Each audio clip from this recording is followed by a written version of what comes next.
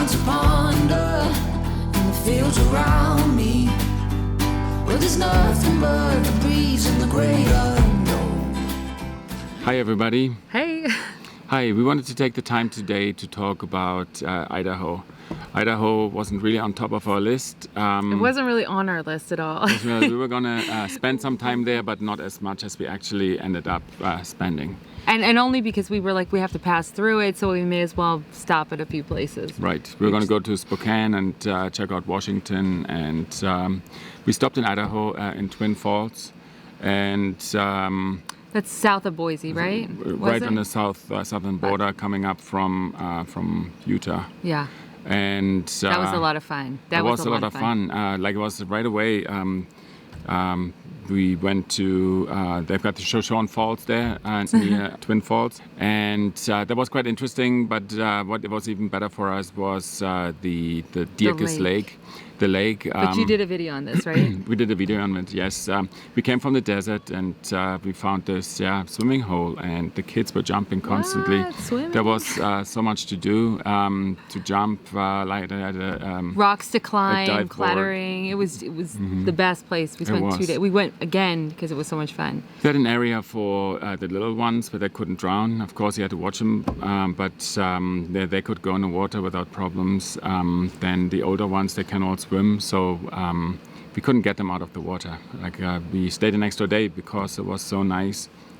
We parked our trailer right in the parking lot, right by the lake, so we could after go there for lunch, have something to eat, and grills in the parking lot. It was perfect. Burgers in the parking lot. So we had a really good time. It was awesome. We spent there 2 days, and then we headed up north to Boise. There was a church to Mass. There. Yes. A place where we knew we can get to the Latin Mass at, I forget the name of the parish there. It's the SSPX in Boise. Anyway, that was a surprise too because they were so friendly. We went to church just kind of expecting to leave and then get on our way and keep going north and head towards Spokane.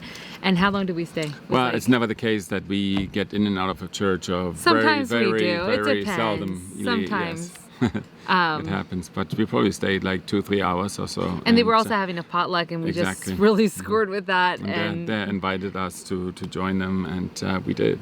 And there they told us about the pilgrimage in Post Falls. So it was about 10 days out from that Sunday. Yes, so we said we don't have anything better to do. What better way of getting lots of graces? So let's stay near Post Falls and go to the pilgrimage. It caught our attention. It was kind of a no-brainer for us because once you've been, put it in the comments if you've been on a pilgrimage, because it's once you go, it gets in your blood. Like they say about so many things, but it really gets in your blood, and you thrive on it. And for us now, it's like getting a bag of graces to take you through. Raising teenagers, homeschooling, your marriage, all kinds of graces for your family, all the things you need. And so we couldn't pass up that opportunity. And plus, we love, it's physical, it's got the physical aspect to it. Plus, it's also very good, like for the boys. Like everybody walked, all the children walked, and nobody wanted to go into the wimp wagon. Everybody wanted to walk the whole. We'll have to explain what the wimp wagon is. The whole time. And it was really well organized, and the boys, the kids, they met a lot of other kids, which was really nice to see. And it's good to do it as a family. You're kind of doing a family penance, and you're watching your kids step up in character. I think we were just watching a Jordan Peterson video, or maybe it wasn't. Maybe it was like an ad before one of his videos, but they were talking about some kind of camp for men where men come together and how they really bond, because anytime you've been through something really, you go through pain, a lot of pain, right? And what is the word, like you triumph after pain? It's kind of like giving birth. You get this high, and you get that on the pilgrimage, and it's beautiful to do it with your family, to kind of go through that, to kind of see your kids, maybe they're hurting, maybe they're experiencing something, or maybe they're being that person that is cheering up other people. Anyway, it's really awesome. Couldn't pass it up. No. So we went to Coeur d'Alene, which was before the pilgrimage. Before the pilgrimage, to hang out, to yes, buy we were time. looking for a campsite near Lake Coeur d'Alene, and we drove around. We used our GPS to find a spot, but it was I think it was Saturday. It was Sunday. We got there on Sunday, so all the campsites were taken. Everything, there was nothing. And the campsites, they were still paying for them, so they were I don't know, maybe It was close very to basic, $50, very and basic. they probably didn't even have sewer, and maybe not even They electricity. didn't have sewer. So definitely for not sure. sewer, and then maybe not even electricity. Yes. So we're like, why would we do that? Yes. And it was a blessing in disguise that they didn't have anything, because it really made us think outside the box. And the camp host told us there was some boondocking that some people do about 5 miles up into the mountains and beyond. And so we did it. And Andrew said, thank God that we didn't scout it out first. We just went in ignorant, because there's no way he would have brought the camper up if he had seen it. While we were because- driving up, I was looking, okay, where can I turn? Where is there going to be a spot to turn? Because it was tight, it was windy, it And there was was, steep, like, there you were just- tons of potholes, there was trees sticking out onto the road, and it was just... And it was I would mountainous, not- so you not look have gone down, up. and it was steep, Steep on the side. and there's no yeah. place to turn around. So in the end, we ended It up was a forest service road, so I don't know, it was not made for trailers at all. Yeah, we finally found a good spot, about almost 3/4, almost to the top. But we didn't want to go any further. We didn't want to push our luck, so we tucked in a place. And then Andrew went the next day on a bike ride and found this really nice gem of a boondocking site right on the top of the mountain. Had great internet, which is really important when you have a home-based business. And it was just beautiful. It was just like this big, giant cul-de-sac. We did have to fix it up because someone was there before. It's really sad. Probably a bunch of rednecks or so. Yes, I don't know. I like some Yeah, but rednecks. there's This so is many- a different so breed. many This is probably a shouts. liberal or something. A liberal No. redneck. No, it was somebody with who likes to shoot guns, so I don't think it was... Well, there were two kinds, because there was dirty diapers in the fire pit and slushies and pizza. We had to like clean up the place, and it took about 45 minutes to get it all cleaned and sterilized, and then not sterilized but clean, so we can make it our place. And then we just loved it. The next 8 days that we were up there was perfect. It was It's really beautiful. great. Sheriff came by, and he mentioned there's bears, there's cougars, there's moose, there's elk, and not something that really gave us a lot of confidence, because... But didn't they I say don't the know. moose is the worst, or the elk? The moose is the worst, yeah. Like is more dangerous than is the one we actually have to be worried about, which was interesting to us. Especially if they're Yeah. young ones, yes. But we didn't see any of those, so I think... Andre found a bike track. safe. There were all kinds of trails on that mountain. So there's a video he did with the mountain biking, and that was actually a trail that was just, I don't know, 5-10 minute walk from where we were boondocking. No, it was 5-minute walk. From 5-minute walk. Like, it took us 30 seconds to ride our bikes there. It was a downhill course and a downhill track, and So you're braking the whole way. You're Yes. It's like a workout on your forearms. your forearms Yeah. hurt. Like after, I don't know, if you haven't done it before, if you're not used to using those muscles after 30, I don't know, after 5 minutes, my forearms were hurting, and Yeah. And we was need happy- new bikes. I was happy, we need better I bikes. was happy when we had to stop. Anyway, we rode our bikes down 3 times, and it was awesome. It was And really, we just really enjoyed it. love boondocking. I just love the privacy. You're not worried about the kids. I mean, even though Running away or being too noisy yeah, or whatever you hang it your is. laundry out. You do what you need to do. I just love it. It's so great. And there were some nice campers going by that we got to meet and chat with. But most of it, you have your privacy, which is really great. And so we just hung out there waiting for the pilgrimage, but we ended up falling in love with Coeur d'Alene because we had 10 days to wait in there. And so every night, because we were limited on water on the top of the hill, we would go jump in the lake. And it was so nice. We'd do some trails just in that area. We drank out of the creek in that. I mean, it looks like the deep dark wood. You know how they say deep dark wood when they're telling a fairy story.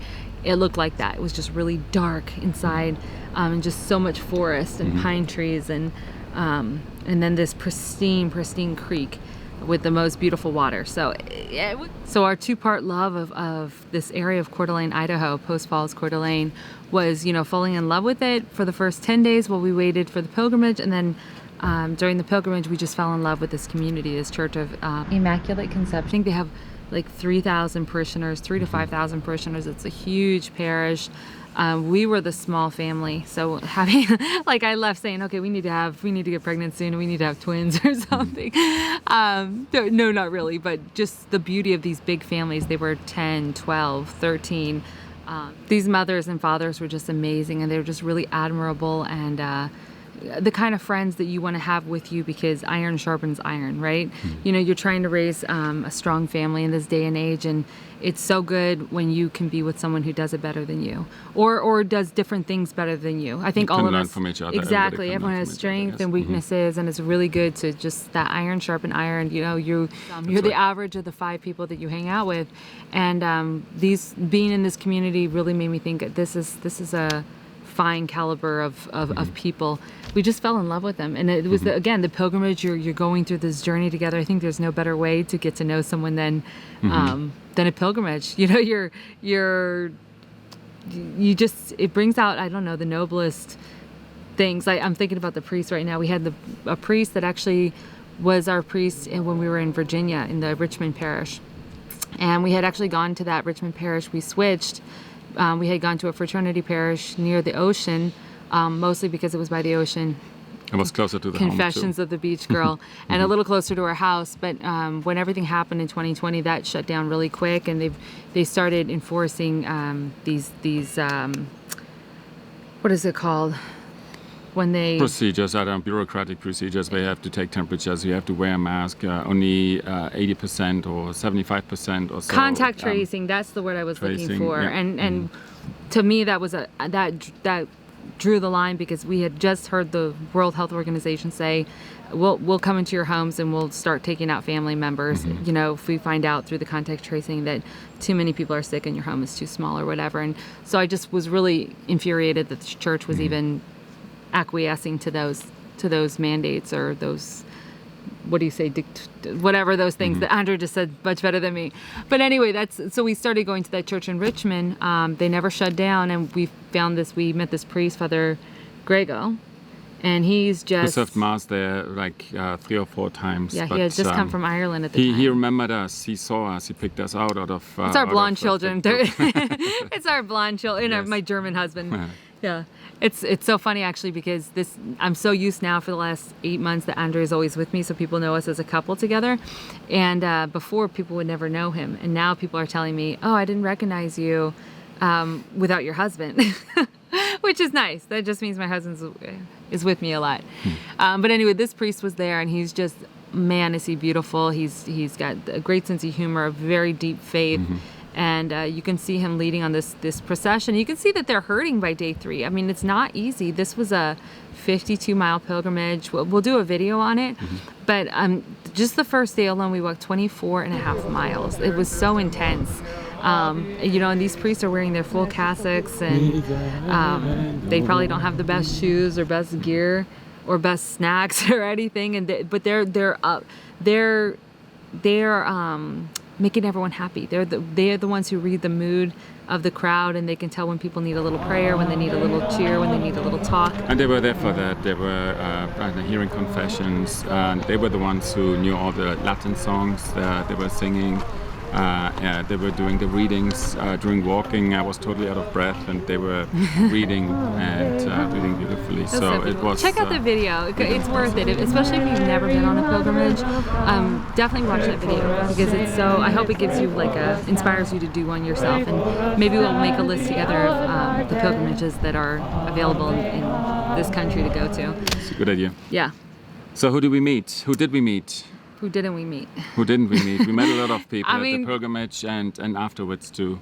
They were so warm. And yes. again, we met them on pilgrimage, and you know, they would say, come over to our house. And what ended up happening too is we really had a longing to stay in the area longer, and we were telling the people, that we were expressing that to some of the families, and they introduced us to Mr. Barb, who actually quickly turned around. He was right there and said he had a hookup on his property.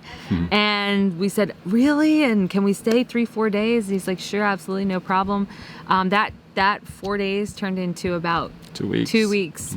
We met so many people. The most there, gracious, and we had wonderful. got so many invitations. And where his home is right in that desirable area where all the families are, because the Dominican sisters are like a half mile away. There's a Carmelite convent within a mile or two, and all the families are there because they want to be near the school or near the church. I think it was like 10 minutes away from the church. So we were just there next to all the families, so we could walk to several of the families' homes. And just next door to us was another family with 7 children, and then the Mertens and our kids, they really hung out Beautiful like family. every single day together.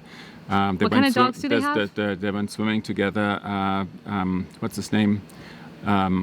Lewis. Lewis learned swimming from our kids because of peer pressure. He That's just a good wanted peer pressure, to right? hang out with the children, and he wore his life vest when they went on the first couple of times, and then he swam across the river without the life vest. He jumped off the this pillars of the high bridge. And what we're talking about is we were like in the hangout spot for all these wonderful people, and there was a bridge and a creek, and that's where on any given day in the afternoon at any given time there could be anywhere from 10 to 60 people there swimming from the church. You know, just young kids getting together or families coming.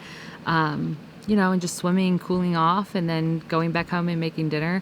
And so we were only about a 10-minute walk from that creek, from that area. So we were down there most days.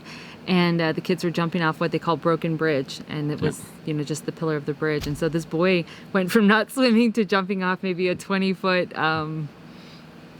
about 20 feet high bridge. So it's like high, very yes. impressive. Anyway, Mr. Barb has been, we've been really impressed with Mr. Barb. Like he was, he just arrived in the area and then he started help building the school. Like kind of miraculously found He's his an engineer tools, and an architect. to help with the foundation of the school or the church, and the people who were there didn't really know what they were doing. Only so, Mr. Barb could make arrangements he where walks in, takes over, and he builds. And he negotiated. He went to these local builders and said, "Okay, I need 50 tons of whatever," and they would say, "Okay, all right," and he'd say, "And I need it for free." And they go they're ready to kick him out, and he's like, "No, I need it for free, and it's for the nuns." And he would explain, and he got it for free.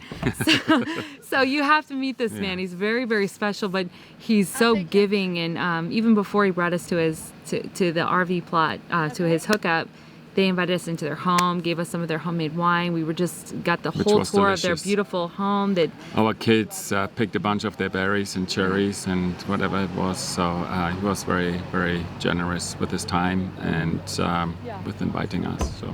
And we love learning from people like that because Mr. Barb is, we're in an RV right now. This is something we always wanted to do, and obviously we're not going to do this all our life. This is just a 2-year, I would call, sabbatical for us.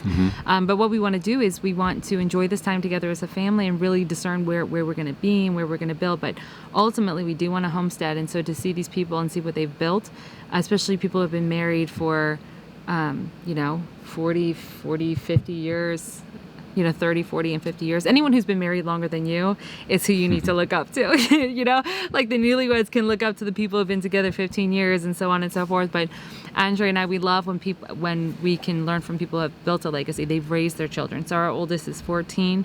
Some of their youngest are about that age, about 14, and then they have married children and children who are religious and grandchildren, and but they've kept the faith in their home, but also something that's important to us too. First and foremost is the faith, but we really want to become financially independent. We don't want to be slaves to the system. And one of the ways that you can be free is buying land, and another is creating residual income. So both of those are really important to us, and it was just amazing to see how Mr. Barb has, invested in so much land that he can help his children set them up to buy their properties, and just the way his mind works. He introduced us to his son, who just bought a property that he helped him get. The property that we were on was going to be for another one of his children. So just really, really inspiring to us. And then all the other families, I think we were invited to dinner 3 or 4 times to just our family to come over, and then there was a cocktail party that we got to be invited to, or they extended the invitation. We went to a wedding. It was just really amazing, and the reason Ted and Sabrina invited us for lunch, yes. and we went we went swimming together. Tom Latham invited us on his boat, and we went Tom and Anne-Marie went out on the boat, and with Joe and Jennifer, and it just I don't know, people were so friendly. It was refreshing. It was really nice. And you might want to say, how the reason we went to a wedding was because when I grew up in Pennsylvania, this would be 40 years ago. A lot of the families left Pennsylvania because they were looking for these kind of communities to support their families. And my family stayed. We just stayed, and we would watch people leave over the years. And I knew that a lot of them were going. Some of them would go to Syracuse, New York. Some would go up to Nickelville, New York, by the Canadian border. Some went to St. Mary's, Kansas. Others went to Beautiful Idaho.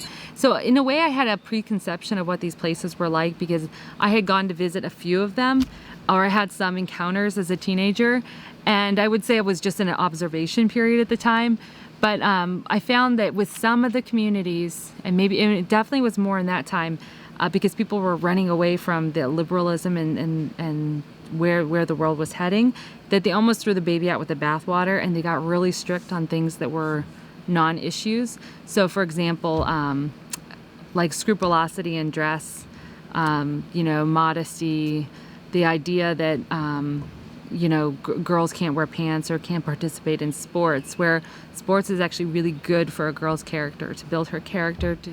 So I guess I was a little bit hesitant of that. I had seen so many extreme things. I had seen people get in trouble for wearing the color red. I had seen, all makeup, you name it. And so I was a little like, let's just pass by. I don't really want to stop. And I was just pleasantly surprised. And I'm so glad that God pulled us in that direction. Because that's not what we saw at all. In fact, the families we met were just warm, gracious, full of love. Definitely not that scrupulosity. And I think it's also because their parents did raise them well, and the next generation has been able to see what is good and what they can just chuck, what isn't really relevant.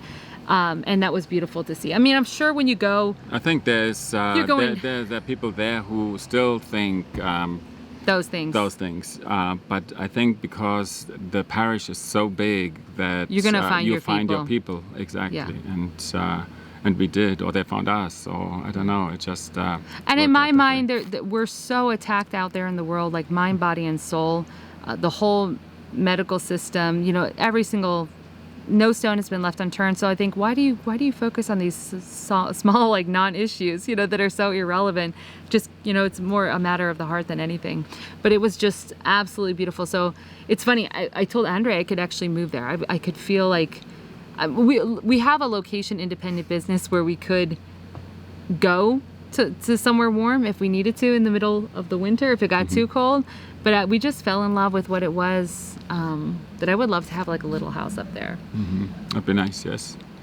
And I'm surprised to hear that from Andrea because I don't think Andrea would move further north than because Virginia, I've said it many times. Yes. I said I'm not going to move. And something I told Andrea is I'm a beach and palm trees girl. I love the palm trees. That's why I said not like Virginia Beach. We still have palm trees, which I love and makes me so happy. But these tall pines make me really happy too. They're really nice. Yeah. And also, it was weird in Idaho. It's not going to be like this now, but we were there in July, and so the sun was coming up. What time? Very early. It's like 4:45. It was ridiculous. Yes, 5 o'clock. 4:45, and it was bright. I wasn't awake. Bright, and I would get up thinking it was really late, or we would get up early for mass because we were on the church parking lot. We forgot to say that. Yeah, we'll say that in the other video.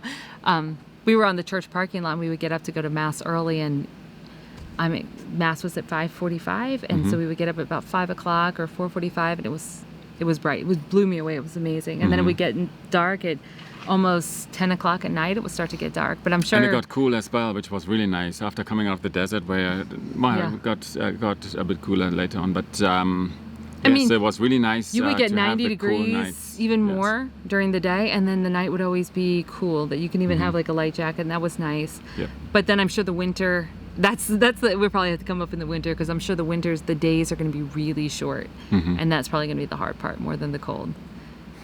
But as long as we have a place to go for the sun, that would be awesome. Exactly. And then we finished up. We went to a wedding. We went to 3 dinners, and then we went to. People saw us on the wedding and said, "Wow, you're still here." We're not leaving. We had a concert that was the closing out. Vicky. It's the day after the wedding, yes. Yeah, they had us out for a. Invited somebody she had seen somewhere in a bar or Only so, Vicky could do and invited him over too. And It was I a think neighborhood concert. it was the first annual concert. Yeah. So they're gonna do it every year now. So fun. They had really awesome neighbors. There was no complaints or anything. It was just really great. Friday night, 10 o'clock in the evening.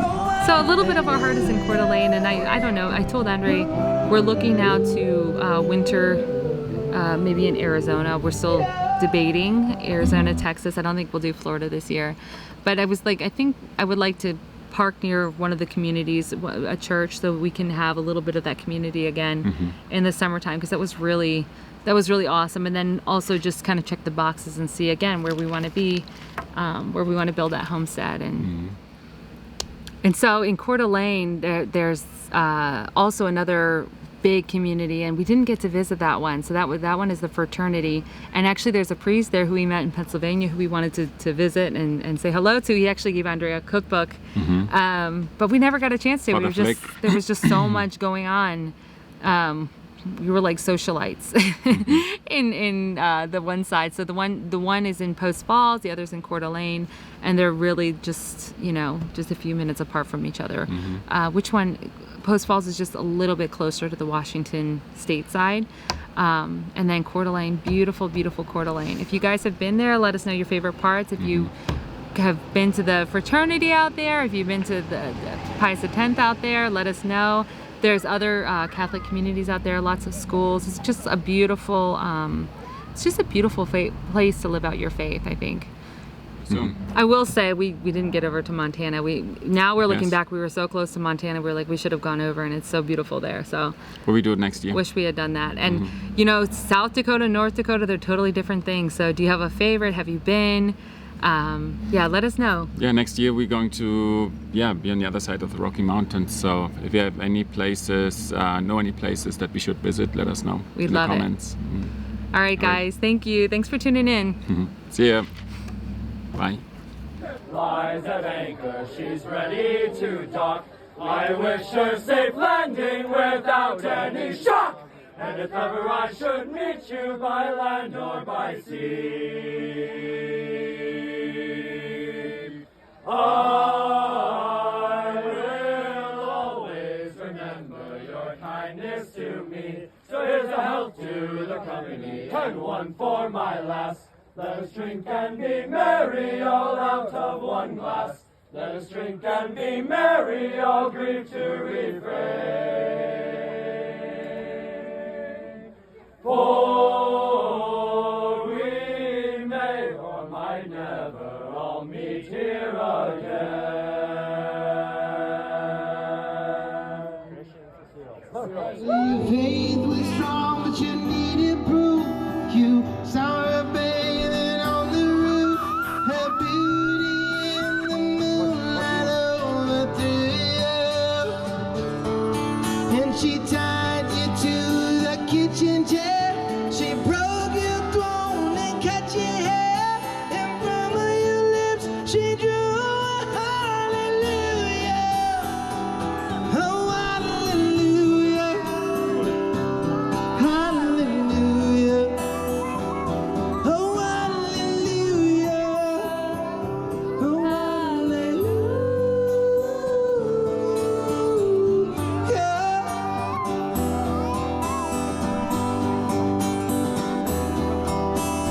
Baby, I've been here before. I've seen this room and I've walked this floor. I used to live alone before I knew you. And I've seen your flag on the marble arch, but love is not a victory march. It's a calling, it's a broken hallelujah. Oh, hallelujah. Hallelujah. Oh, hallelujah. Oh, hallelujah.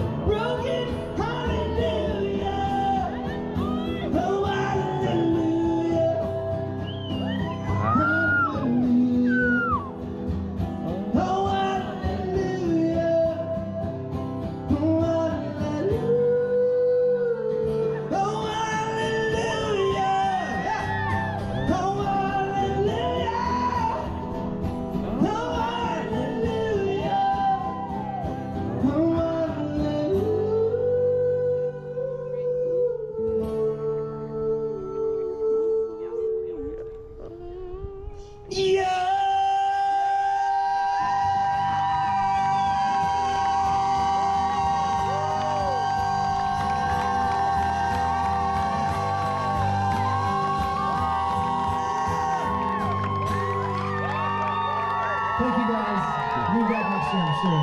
God bless you.